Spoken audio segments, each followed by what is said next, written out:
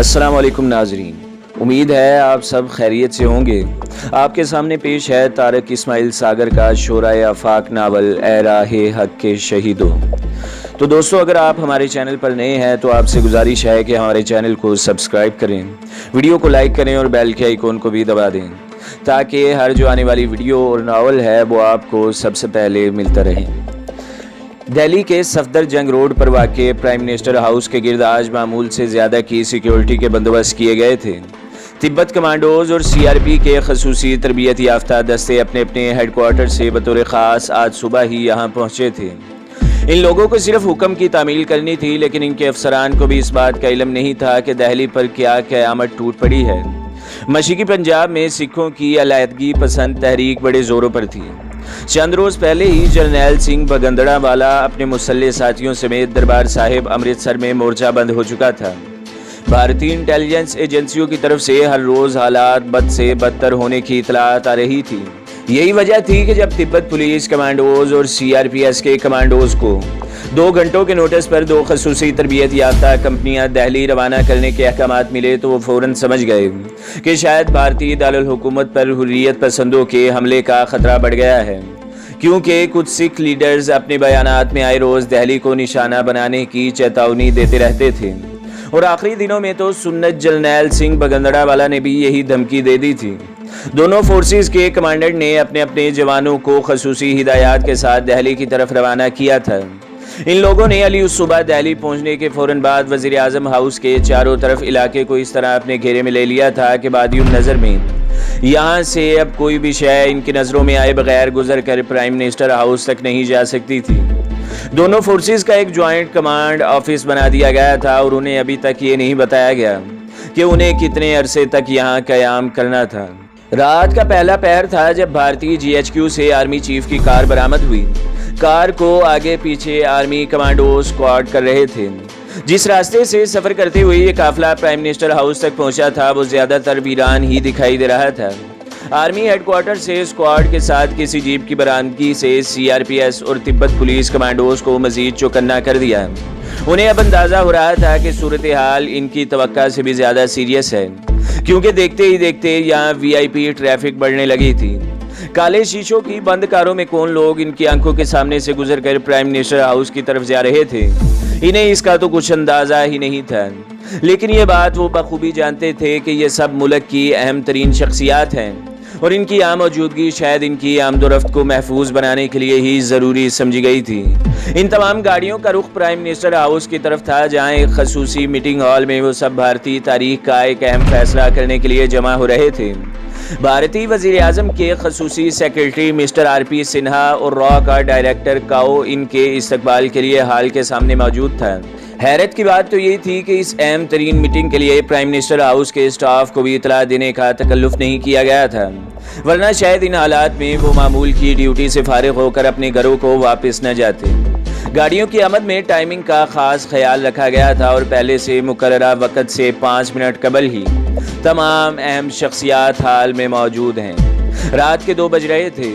جیسے ہی دیوار سے لٹکتے گھڑیال نے 2 بجے کا الارم دیا، ہال کا بغلی دروازہ کھلا اور اس سے بھارتی prime minister Mrs Indira Gandhi اکیلی اندر داخل ہوئیں۔ عام حالات میں ایسا کبھی نہیں ہوتا تھا، عموماً ان کی پرسنل سیکرٹری ضرور ان کے ساتھ ہوتی تھی، لیکن آج مسز اندرا گاندھی نے یہ تکلف ہی نہیں کیا تھا۔ یہاں موجود مہمانوں کو اس بات کا علم نہیں تھا کہ وہ صبح 8 بجے کے بعد سے اب تک ایک لمحے کے لیے بھی بیڈ روم تک نہیں گئی ہیں، اور ڈنر سے فارغ ہونے کے بعد سے مسلسل سنہا اور کاؤ کے ساتھ میٹنگ میں مصروف تھیں، جنہوں نے بھارتی وزیر اعظم کو تفصیل سے بتا دیا تھا کہ جو ایڈونچر وہ کرنے جا رہے ہیں اس کا انجام کیا ہو سکتا ہے۔ اصل میں ان دونوں کی ہلا شیری نے ہی بھارت کی مہم جو وزیر اعظم کو یہ اہم ترین فیصلہ کرنے کا حوصلہ بخشا تھا۔ مسز اندرا گاندھی، جس نے سن 71 میں پاکستان کو دولخت کیا تھا، اب پاکستان پر پھر ایک کاری ضرب لگانے جا رہی تھی۔ شاید وہ اتنا خطرناک فیصلہ اکیلے نہ کر پاتی، لیکن ان کے روسی دوستوں نے انہیں حوصلہ دیا تھا۔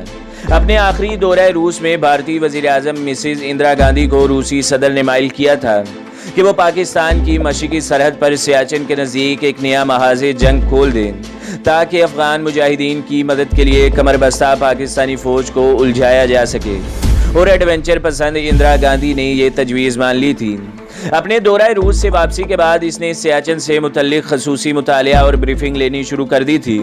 اس زمن میں اس نے جنرل ایم ایل چیمبر سے بطور خاص 3-4 مرتبہ بریفنگ لی تھی۔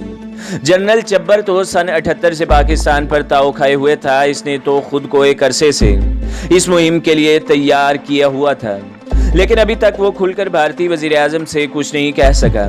آخری ملاقات پر جب اچانک کسی بات پر مسکراتے ہوئے بھارتی وزیر اعظم نے یکدم سیریس ہو کر اس کی آنکھوں میں اپنی چھوٹی چھوٹی لیکن نیزے کی طرح مخاطب کے چہرے اور دل و دماغ میں پیوست ہو جانے والی آنکھوں سے جھانکتے ہوئے کہا، کیا ہمارے لیے اس اہم اور اسٹریٹجک علاقے پر قبضہ کرنا ممکن ہوگا؟ تو وہ بھونچکا کر رہ گیا۔ یس میڈم پرائم منسٹر، یس۔ اچانک ہی اس نے سنبھل کر اپنا اشتیاق جتایا، لیکن شاید صرف یس کہہ دینے سے مسز اندرا گاندھی مطمئن نہیں ہوئی تھی۔ ابھی تک وہ استحامیہ لہجوں سے اس کی طرف دیکھ رہی تھی۔ سارا علاقہ خالی ہے، یہاں سے 150 میل دور پاکستانی فوج موجود ہے، ہم انہیں شاندار سرپرائز دے سکتے ہیں، اس نے بڑے تکین لہجے سے کہا۔ تم فوجی لوگ بھی عجیب ہوتے ہو، شاید سویلین کی طرح تم تصویر کے دونوں رخ نہیں دیکھنا چاہتے، یا پھر کسی بھی مہم جوئی سے انکار کو اپنی توہین سمجھتے ہو۔ مسز اندرا گاندھی کے عجیب و غریب جواب نے جنرل چیمبر کو چکرا کر رکھ دیا تھا۔ اسے سمجھ نہیں آ رہی تھی کہ پرائم منسٹر اس کا مذاق اڑا رہی ہیں یا اسے داد دے رہی ہیں۔ بہرحال روانگی سے پہلے اس نے مسز اندرا گاندھی سے متعلق جو ہوم ورک کیا تھا، اس سے اسے اندازہ ہو گیا تھا کہ بھارتی وزیر اعظم کی خوبی یہی ہے کہ وہ بھی دل کی بات زبان پر نہیں لاتی اور دوسرے کا اندھیا بھاپنے میں کمال کی مہارت انہیں حاصل ہے۔ اس کو اندازہ ہو چلا تھا کہ بھارتی وزیر اعظم نے جنرل چیمبر کے اندر سے ایڈونچر پسند فوجی افسر کو شناخت کر لیا تھا، اور بھارتی وزیر اعظم کی طرف سے کوئی اشارہ نہ ملنے کے باوجود وہ اسی نتیجے پر پہنچ گیا تھا۔ جلد یا بدیر اس کا خواب حقیقت کا روپ دھار لے گا۔ جنرل چیمبر یہ خواب سن 78 سے دیکھتا آ رہا تھا۔ 70 کے عشرے کے آخر میں بھی اس کی خواہش تھی کہ بھارت اس محاذ پر حملہ کر کے شاہراہ قراقرم کو اپنی گرفت میں لے لے۔ اس نے اپنی اس خواہش کو صرف خود تک محدود نہیں رکھا تھا، اسے عملی روپ دینے کے لیے بطور خاص سن 81 میں بھارتی فوج کے کئی افسران اور جوانوں کو دنیا کے منجمد براعظم انٹارکٹیکا بھیجا تھا۔ ان کی روانگی بلا مقصد نہیں تھی۔ بھارتی فوج کے ان افسران نے اپنے سینکڑوں جوانوں کے ساتھ مہینوں یہاں قیام کر کے بدترین حالات میں سرمائی جنگ کا تجربہ حاصل کیا تھا۔ جنرل چیمبر اس تجربے کو سیاچن پر آزمانا چاہتا تھا۔ Madam prime minister, Mrs Indira Gandhi کے دروازے پر پہنچتے ہی سنہا نے، جو پہلے سے یہاں موجود تھا، اپنی سیٹ پر کھڑے ہو کر کہا، اور اس کے منہ سے یہ الفاظ نکلتے ہی تمام حاضرین اپنی اپنی کرسیوں پر کھڑے ہو گئے تھے۔ بھارتی وزیر اعظم نے دونوں ہاتھ جوڑتے ہوئے نمسکار کیا اور جواب میں سب نے یک زبان ہو کر جے ہند کہا تھا۔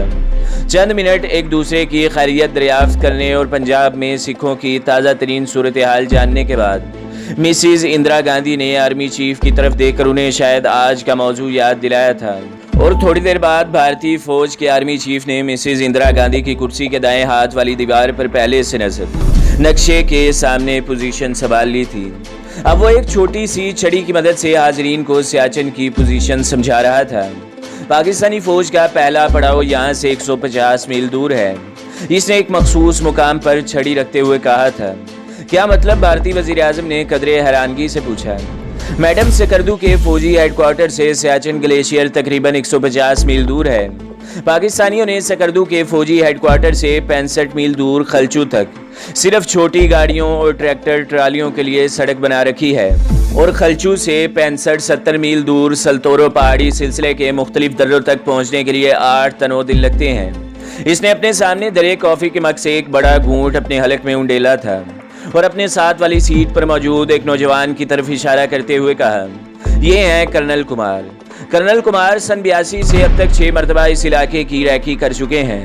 حال ہی میں انہوں نے آج سے صرف 15 روز پہلے اپنے 6 جوانوں کے ساتھ پاکستانی علاقے میں قریباً 60 کلومیٹر دور تک ریکی کی ہے۔ یہاں کی صورتحال پر وہ تفصیلاً بتائیں گے، کیونکہ میرے اس نوجوان ساتھی کے پاس فرسٹ ہینڈ ایکسپیرینس ہے۔ اس نے بڑے رشک بھرے لہجے میں اپنے ساتھ یہاں آنے والے نوجوان کرنل کا تعارف کروایا۔ پرائم منسٹر اندرا گاندھی سمیت حاضرین کی آرام دہ کرسیاں بغیر آواز پیدا کیے گھومی، اور ان سب کی نظریں کرنل کمار کے تمتماتے چہرے پر جم گئیں، جو بڑے فخریہ انداز میں قدرے جھک کر بریفنگ ڈائس کی طرف جا رہا تھا۔ آرمی چیف نے دوبارہ اپنی کرسی سنبھال لی تھی۔ حاضرین محترم، اس نے بڑے گمبھیر لہجے میں اپنی گفتگو کا آغاز کیا۔ سب گوش بر آواز تھے۔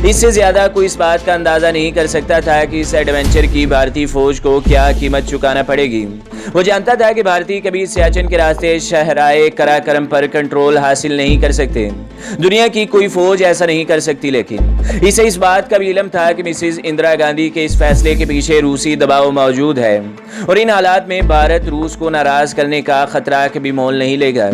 ان سب سے بڑھ کر اہم بات یہ تھی کہ وہ خود اگلے 6 ماہ کے بعد ریٹائر ہونے جا رہا تھا۔ اس نے ساری سروس متنازع ہوئے بغیر گزاری تھی۔ اب آخری مرحلے پر وہ کیوں کسی کی ناراضگی کا خطرہ مول لیے؟ اس لیے اس نے بھی جوابات بھارتی وزیر اعظم کی توقعات کے عین مطابق ہی دیے تھے۔ ایک پیشہ ور جرنیل کی حیثیت سے گو کہ وہ ایک ہی وقت میں 2 محاذ کھولنے کا خطرہ مول نہیں لے سکتا تھا۔ انٹیلیجنس رپورٹس بتا رہی تھی کہ سکھوں کے مسئلے پر پاکستان سے جنگ کا خطرہ بڑھتا چلا جا رہا ہے۔ یہ اطلاعات مل رہی ہیں کہ سکھ علیحدگی پسندوں کو پاکستان کی مکمل پشت پناہی حاصل ہے، اور جس طرح بگندڑا والا نے دربار صاحب امرتسر میں مورچے قائم کر کے اسلحے کے انبار لگا لیے ہیں، اس کے بعد کسی بھی لمحے بھارتی فوج کے ساتھ سکھوں کی باقاعدہ لڑائی شروع ہو سکتی ہے۔ سکھ یونٹوں میں دربار صاحب کے مسئلے پر پہلی ہی بے چینی پائی جاتی تھی، اور بھارتی حکومت نے بگندڑا والا کے ساتھیوں کو ختم کرنے کے لیے دربار صاحب میں داخل ہونے کا فیصلہ کر لیا تھا۔ ان حالات میں عین ممکن تھا کہ سکھ پلٹنیں شورش کریں اور پاکستان مغربی محاذ پر اسی صورتحال کا فائدہ اٹھانے کی کوشش کریں۔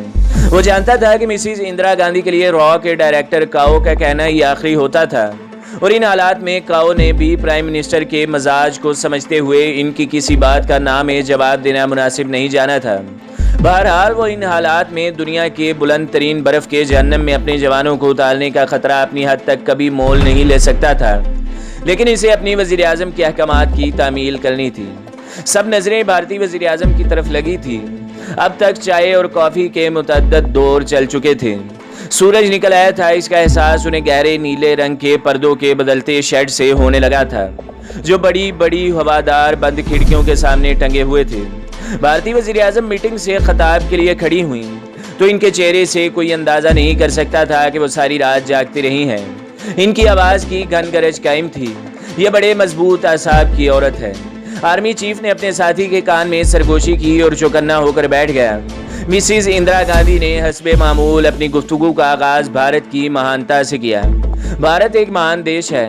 ہمیں ساری دنیا پر یہ بات ثابت کرنی ہے کہ ہم نے پاکستان سے ہمیشہ کہا ہے کہ وہ بھارت کے دوسرے ہمسایوں نیپال، بھوٹان اور مالدیپ کی طرح امن سے رہے، لیکن پاکستان کی ملٹری جنتا ہماری بات ماننے کی بجائے ہمارے دیش کے معاملات میں مداخلت کر رہے ہیں۔ اب پنجاب میں سکھوں کو ہمارے خلاف بھڑکانا شروع کر دیا ہے۔ میں نے آپ سے سن 71 میں بھی کہا تھا اور آج بھی کہہ رہی ہوں کہ پاکستان کو سبق سکھانا بہت ضروری ہے۔ شاید اپنے دیش کے 2 ٹکڑے کروانے کے بعد بھی ان لوگوں کا دماغ درست نہیں ہوا۔ اب وقت آ گیا ہے کہ ہم ان کا دماغ درست کریں۔ آپ لوگ ہمارے عظیم دوست روس کے احسانات فراموش نہیں کر سکتے۔ ہم نے پاکستان کے خلاف تمام جنگیں اسی کی مدد سے جیتی ہیں۔ آج ہماری دوستی کا بھی تقاضا ہے کہ ہم پاکستان کو سبق سکھائیں جو افغانستان میں اس کے خلاف مسائل پیدا کر رہا ہے۔ اس علاقے کی صورتحال پر آپ کو 2 روز پہلے بریفنگ مل چکی ہے۔ ہمارے حملے سے پاکستانیوں کے دماغ ٹھکانے آ جائیں گے، ان کی توجہ بڑھ جائے گی، اور سب سے بڑھ کر یہ کہ اس کا جو بھی رد عمل ہوگا وہ ہمارے لیے کچھ مسئلہ نہیں کھڑے کرے گا۔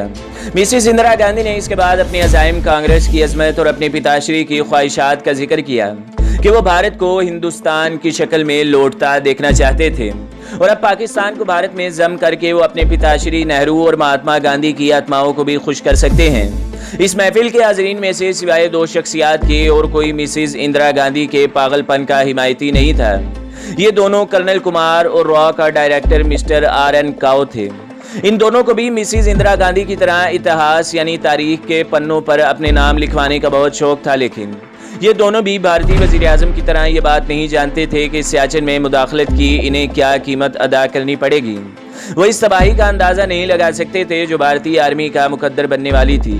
آر.این. کاؤ سمجھتا تھا کہ جس طرح انہوں نے سن 71 میں مشرقی پاکستان کو بنگلہ دیش بنا دیا ہے، اسی طرح وہ سیاچن پر قابض ہونے کے بعد پیش قدمی کر کے شاہراہ قراقرم تک پہنچ جائیں گے، اور پاکستان کو دنیا کی اس عظیم شاہراہ پر قابض ہونے کے بعد چین سے کاٹ کر اپنا لوہا دنیا سے منوا لیں گے، جس کے بعد امریکہ یا کسی اور سپر پاور کو اس خطے میں سوائے بھارت کے اور کچھ دکھائی نہیں دے گا۔